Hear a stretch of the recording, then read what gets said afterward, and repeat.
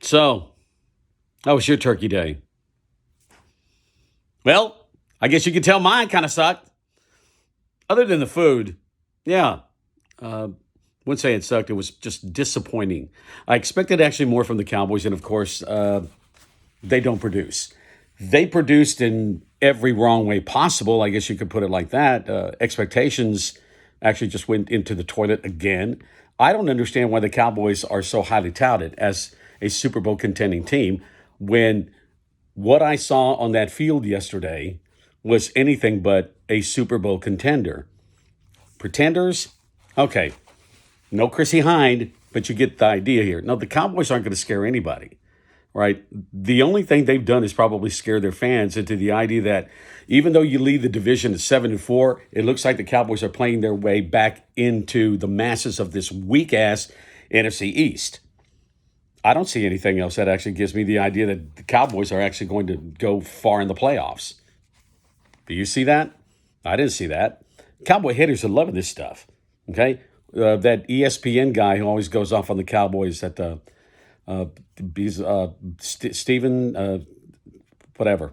Like I don't keep up, man. I don't pay attention to all this trash or whatever. But I know that he's a big Cowboy hater or whatever.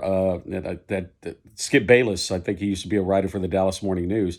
I know he's a big Cowboy fan, or it would appear to be so. Once again, haven't kept up with this stuff in a long time because I find it boring that I keep hearing the same drivel from these people who are Cowboy supporters. Yet I don't see anything that Jerry's put together that would make me think it's other than trash. 25 plus years, 25 and counting, I believe, when the Cowboys, since the Cowboys have actually been to a Super Bowl, even haven't been to the NFC title game. Come on, man, really? And there's all this support, especially in mainstream media, how the Cowboys have improved. They're so much better. There's all this and all that. And they'll start to quote the stats that back up their point. So what? What do the Cowboys show? Especially when you look at their stats from Dak to the defense. What? I haven't seen anything so far that makes me believe the Cowboys are going to be anything other than a one and done in the playoffs, if they even win the division. Right? That's not a given. It looks good, right, at 7-4, but so what? That huge at 1.4 game lead, it's now in half, depending on what the Eagles do Sunday, right? Everybody, Philly's just licking their chops, right? That place along with the former Redskin territory or that kind of crap. I mean, look, everybody is just, they're just doing one of these. Yeah, here come the Cowboy. Yeah, they're starting to fold, like a deck of wet cards and stuff like that. Gee, and it's happening. It's happening to the Cowboys.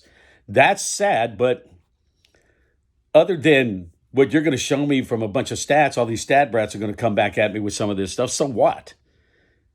You show me where Dak Prescott actually was a great quarterback in that game. I heard Tony Romo just go on and on about how great Dak plays, how great was the pass. Oh, this perfect pass. Oh, this great this. Oh, this great that. Oh, he just came through at the time. Really? I don't see this, okay? I get it. Hey, coming back in the fourth quarter of the tie game, stuff like that. But see, I've got some family who we go back and forth with texting and stuff like that since since we're living out of state and such.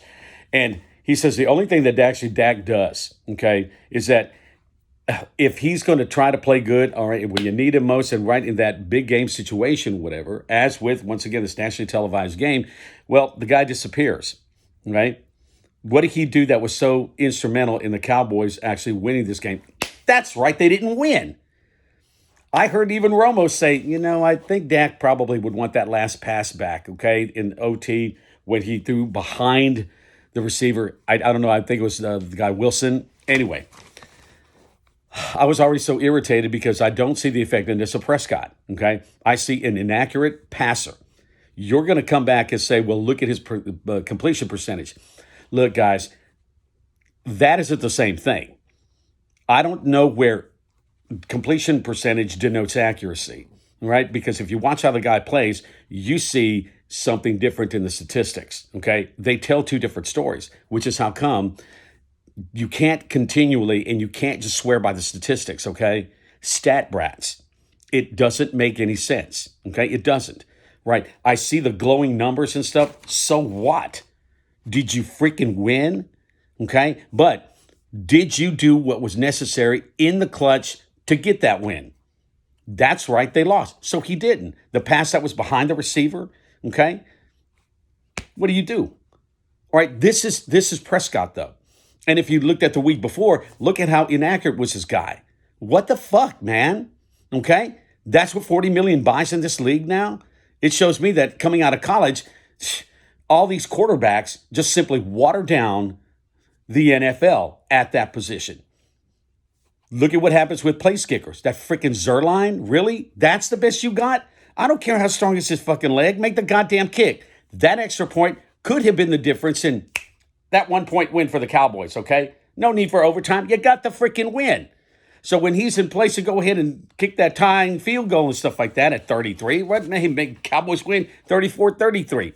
I'm just saying, okay? Woulda, coulda, shouldas, but in the clutch, do you produce? And sometimes the clutch is that first quarter kick, that first quarter pass, all of those things. I didn't see any of that evident in the Cowboys, but I sure saw a boatload of freaking penalties. So what the hell? On that last series for the field goal for the Raiders, I don't remember ever seeing so many effing penalties. Back and forth, back and forth, back and forth. So when I hear Romo and Nance talking about how, both number fours are just going back and forth with each other, shut the fuck up already. They're starting to be as annoying as, that disgusting Aikman and Joe Buck. Jesus, good, really? But anyway, back and forth with penalties in a key situation like that, man, that's what happens with, at best, average teams. Where's your discipline? I can see it from the Raiders because of the upheaval with the coaching situation and such. But from the Cowboys, who actually have some stability at that position, but do you have the right guy? Maybe Aaron Rodgers actually knew what the hell he was talking about when he was busting on McCarthy that led to his firing from Green Bay. Okay? Aaron knows best. Fine and dandy with me, but good God, man. This was the knock on Jason Garrett. The undisciplined nature with which the Cowboys play. Well, what the hell's changed other than the name of the freaking head coach? So what? Good God, man. I just don't understand where the Cowboys are going with this. They just look so freaking average at best. That's sad because apparently all these people before the season talking about how the Cowboys are so improved and such and this and that and whatever. And honestly, the improvement I see, man, that dude, Micah Parsons, man, that number 11, he's the real thing, man. That kid, rookie, will not be denied. Okay, I guess he already broke DeMarcus Ware's sack record for rookies. Man, look, whatever. But he can make a difference. It's just that all of those differences are for naught when you look at the Cowboys secondary. Yeah, young, this, that, whatever. Man, look, I don't understand how bad are these guys playing. I don't get it. How many PIs do you freaking need? Right? And one guy had, I think, 3 or 4 of them. The number 30. It was just irritating to watch a team that's got such glowing statistics and gets so much of this positive press from the national media and such, just lay the freaking egg like they've done the last 2 or 3 games. That's what you got? My goodness gracious, from that watered-down quarterback position and what Prescott brings to the spot, then you got Zerline, and then you've got these, defensive backs who, man, you can't cover a freaking blanket. I can't cover a bed without a freaking blanket. I mean, these guys are horrible at this, right? And I don't see it getting better. Next year, hey, we'll see what happens. But, I'm talking about now. These guys just don't do what's necessary to get that win, right? The key win, the key spot, make the play. Now, I swear to God, look, I think Tony Romo's got a man crush or some bromance with Dak. But then again, he lauds so much about Dak, right? He's so great. He makes his great band, makes this and makes that. But once again, it's the element of that one item, that one pass, that one play that probably is the difference maker. Okay. And Romo was like that too. So this is a guy who literally is talking about himself. He's been there from the Cowboy quarterback position. He's been there, done that. They're mirror images of each other. And they're not the difference for the Cowboys, other than in the negative sense. Romo never took the Cowboys to an NFC title game. And I fear the same thing is going to happen with Prescott. I don't see this guy leading the Cowboys anywhere other than, you know what? You're going to do the same thing I'm going to do come the Super Bowl. You're going to watch it from your freaking TV, okay, just like I do. I don't see positives. I don't see positives, okay? Make the playoffs? Well, what do you expect in the weak-ass NFC East, okay? Like I've already said, that's one and done in the playoffs. They're not scaring anybody. I don't see the Cowboys pulling out some miracle, from their ass and such like that, whatever. I don't see some, Hail Mary pass against the Vikings in the divisional playoffs. No, this is not a good freaking team. Who do you blame? I hear everybody saying, oh, well, McCarthy this, McCarthy that, whatever. It's like, look, fine and dandy, but if I'm looking for the job and look, he got the job, he wants to coach, he's a decent coach, but man, look, doesn't this probably all get back to Jones as it has for the last 25 years? Okay, the old man can't put together a team that's going to go far in the playoffs. He's not looking at a Super Bowl team.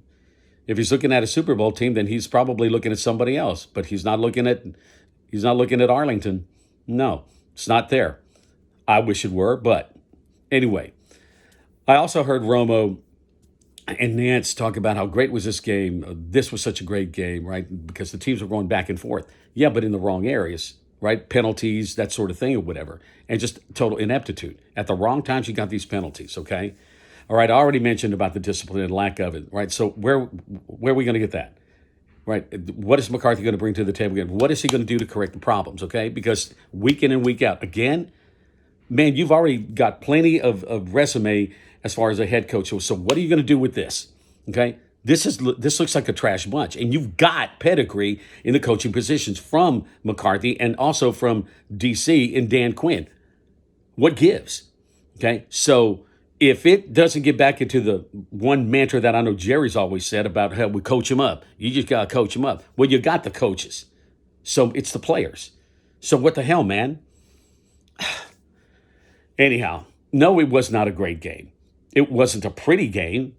That Phil Simms said. So he's probably the only guy actually that I heard who actually said something that was spot on, but still a great game. Romo is just, look, the ex-Cowboy quarterback thing, right? He's ridiculous with this stuff, right? And I don't see it getting better, right? Because Dak is not the fucking guy. You can talk about him, Romo and Nance and whomever else, all you want about how great a quarterback he is. Stop looking at the fucking stats. Stop being a stat brat. This guy ain't the guy in Dallas, right? He's not. We're stuck with him because Jones is in love with him. And of course, his $40 million a year fucking contract. It's watered down freaking position. It's just watered down. The bullshit's coming out of college from that position and also from a place kicker position. Fire Zerline.